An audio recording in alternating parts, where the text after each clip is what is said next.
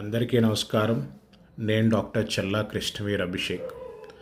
ఇటీవలే మొన్న జూన్ 12 మిట్ట మధ్యాహ్నం పూట ఎయిర్ ఇండియా ఫ్లైట్ 171 క్రాష్ అయింది. అది బోయింగ్ వార్ ఎయిర్ క్రాఫ్ట్. అహ్మదాబాద్లో జరిగింది. ఫ్లైట్ టేక్ ఆఫ్ అయిన వితిన్ ఫ్యూ సెకండ్స్ ఒక్కరు తప్ప అందరూ చనిపోయారు.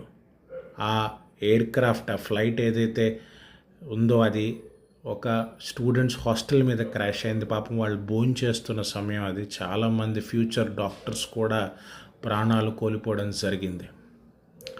దీని మీద చాలామంది వీడియోలు చేసేసి ఉంటారు. దీని మీద చాలామంది అనాలిసిస్లు ఇచ్చి ఉంటారు. అందుకే నేను ఆగాను, ఆలోచించాను నేనేం మాట్లాడాలి. కొత్తగా నేను మాట్లాడడానికి ఏం ఉండదు కదా. నా ప్రగాఢ సానుభూతి తెలియచేయడం తప్ప. నిజంగా గుండెలు పిండేసే వార్త అది. ఒక వ్యక్తి వాళ్ళ ఫ్యామిలీని లండన్ తీసుకెళ్ళి వాళ్ళకు ఒక కొత్త జీవితం ఇద్దాం అనుకున్నారు. ఇంకో వ్యక్తి వాళ్ళ వైఫ్ తాలూకు అస్థికలు కలపడానికి వచ్చారు. ఇంకోళ్ళు వాళ్ళ నాయనమ్మ బర్త్డే చేయడానికి వచ్చారు.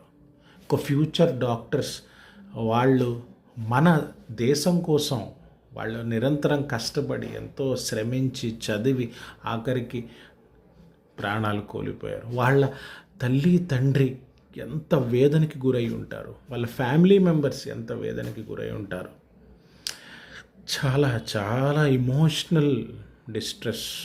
నిజంగా మన దేశం మొత్తం కృంగిపోయింది నిజంగా. సో నేను ఆలోచించాను, ఏం చెప్పచ్చు మనం ఆలోచించినప్పుడు నాకు అనిపించింది ఏంటంటే, ఇప్పుడు మనం శాటిలైట్స్ని పంపించాం. ఆ శాటిలైట్స్కి చాలా అమౌంట్ అవుతుంది. యాక్చువల్లీ ఆల్మోస్ట్ 1,000 కోట్ల డబ్బులు అవుతాయి.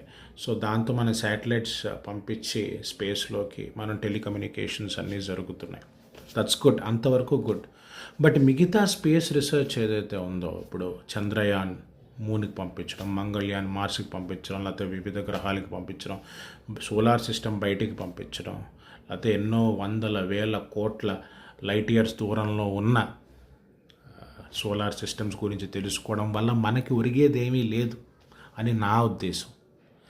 మనం అంతే అమౌంట్, ఈ లక్షల కోట్ల అమౌంట్ ఏదైతే మనం దీనికి ఖర్చు చేస్తున్నాం వృధాగా, అదే అమౌంట్ మన ఎయిర్ క్రాఫ్ట్ మెయింటెనెన్స్కి, మన ఇన్ఫ్రాస్ట్రక్చర్ డెవలప్మెంట్కి కానీ మనం వాడుకోగలిగితే ఎన్నో ప్రాణాలు మనం కాపాడగలం.